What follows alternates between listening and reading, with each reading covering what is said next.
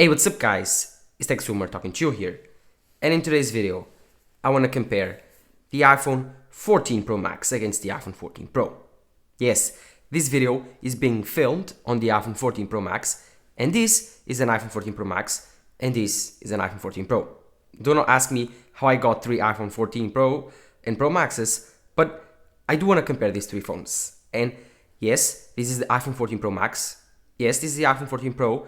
And I know they are the same phone. The only difference is the size.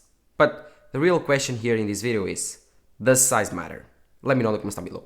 So, in today's video, I will explain all the differences between the Pro Max model and the Pro model, what can we expect for next year for the iPhone 15, if the differences will be the same, if anything is going to change, and should you buy the iPhone 14 Pro Max, or the Pro Max model, or the iPhone 14 Pro.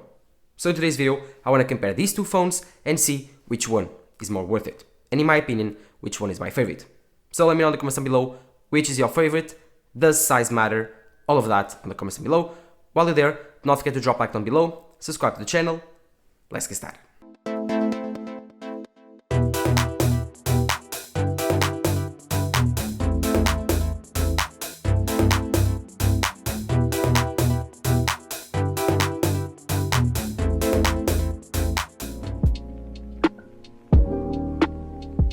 So, the iPhone 14 Pro. This is the lineup that Apple likes to call their flagship phones.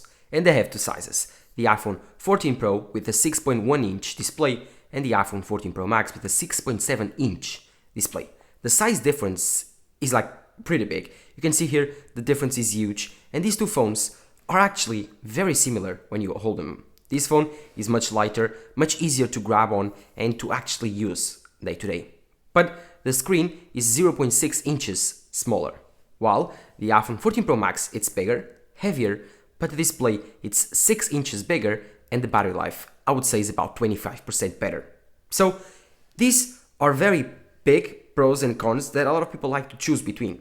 If you like big phones and you don't really care about the size of that phone, then the iPhone 14 Pro Max should be for you. This iPhone is bigger, has a bigger display, has a bigger body, it's heavier, but it has a better battery.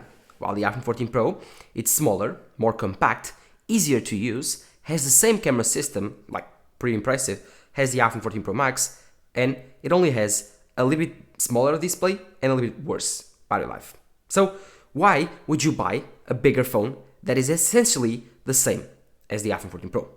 Well, I can answer that because I bought the iPhone 14 Pro Max instead of the iPhone 14 Pro. And I made the switch from the iPhone 12 Pro to the iPhone 13 Pro Max. So I decided to upgrade to a bigger iPhone. But why did I do that, and why did I choose to buy a bigger iPhone instead of keeping the same Pro size? Well, that's pretty simple. At that time, I thought that the iPhone Pro Max model was better. It had a bigger display, it had a bigger battery, and when I bought the iPhone 12 Pro, the iPhone 12 Pro Max essentially had a better camera than the iPhone 12 Pro. And so I was kind of mad not having the best camera available on an iPhone, although I paid almost 100% of what the iPhone Pro Max cost. And so I decided to switch for the iPhone 13 Pro Max. But I've used that phone for 1 year and a half, and now that I switched to the iPhone 14 Pro Max, I had an access to an iPhone 14 Pro. And now that I picked it up again, oh my god, this is so cool. It's so compact, so easy to use. But still, I wouldn't trade my iPhone 14 Pro Max for it. Because, like I was telling you, the Pro Max model just gives you a bigger display, a bigger canvas to work on. And that's what I really think it's important for me in my phone. A big, bright screen that I can see my photos, especially my videos from my channel, and I can watch and stream videos and movies that I do a lot on my phone. I want the biggest display possible on my phone. I do enjoy the compact form factor of the iPhone 14 Pro. I do really love the fact that you can pick up this phone and use it with only one hand. Maybe that's the only con that I found with the iPhone 14 Pro Max. It's not the big weight and of course the big size, but it's the fact that when you pick it up, it's hard to use it with only one hand. By typing messages, searching the web, it's really hard. Sometimes I use these dance moves just to type on the keyboard. It's weird, I know, and I have big hands for my size. I'm 170 centimeters tall, my hands are big, you can see here when compared to the Pro Max model, and I have big hands, but still I have difficulties using the iPhone Pro Max model. Unless you have huge, gigantic hands, basketball player like hands, then you will feel that the Pro Max model is kind of too big for your hand. But that not invalidates the back the huge favors against this phone, because this phone has a bigger battery, and that's something that I also value a lot. The Pro Max model has about 30 to 35% better battery than the Pro model, and if you really use your phone like too much, then you will notice a difference because this phone dies much faster. I think that this phone is a 1-day phone if you use it a lot. This phone is a 1.5-day phone, and even though like you charge your phone every single day, this can make a difference on a big trip, or even on those big travel days that last like 24 hours without charging your phone, because you go on a big airplane flight and you're like you spend your battery on the airports, on your plane. So at the end of the day, I really love iPhone 14 Pro Max battery life, and I think I cannot go back. Although the iPhone 14 Pro is small, very compact, I think that the Pro Max model is so much better now that I got used to it, I got used to the size, and I think I really do prefer the iPhone 14 Pro Max model. But here's the thing, on the iPhone 14 lineup, the Pro Max and the Pro iPhone, the smaller sized, were the same phone. These two phones essentially come up to your preference. You prefer a big phone, you prefer a small phone, or do you prefer simply the bigger battery and bigger display? In the iPhone 15 lineup will be different, because the iPhone 15 Pro and the rumored iPhone 15 Ultra will have some difference on the camera department. Apple wants to put a Periscope lens on the iPhone 15, so they need a big sized iPhone to do so. This iPhone would be too small.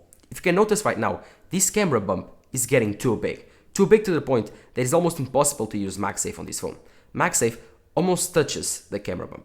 I know, it's weird, but it happens. So Apple needs to be careful to what they put and use the size of the camera bump on this phone. I think this phone has reached its limit on the size of the camera bump. It's really big. Compared to the size of the iPhone 14 Pro Max's camera bump, it's night and day of a difference. This phone still has tons of space. You can see on the MagSafe, like plugging it in, has tons of space still when you are still growing the camera bump, but this phone is on its limits. It cannot grow anymore. So I do believe that Apple will differentiate those two phones next year, and at that point is a different talk, because then you would be presented with the choice of, should you buy the bigger iPhone, which is also better in every single way, better camera, better battery, better display, or should you buy still the Pro model, but it's a little bit like less powerful, just like the iPhone 12 Pro and 12 Pro Max were. The iPhone 12 Pro was really good, but it was 90% of the iPhone 12 Pro Max. Nowadays, this is about 99% the same phone. So if you decide to go for the smaller model, you won't lose that much. Actually, you only lose like physics stuff, a smaller display and you will have a smaller battery. Other than that, you won't lose anything. Performance, camera performance, nothing. This is essentially the same phone as this one. So if you do like small phones, I do believe this is the future of the small iPhone. I don't think Apple will revive the iPhone mini. That was too small and the battery was too bad. While the iPhone 14 Pro, I do believe is the perfect size for everyone. Yes, I'm saying this, and now I do believe that the 6.1 inch is the perfect size, and I do really enjoy having it on my hand.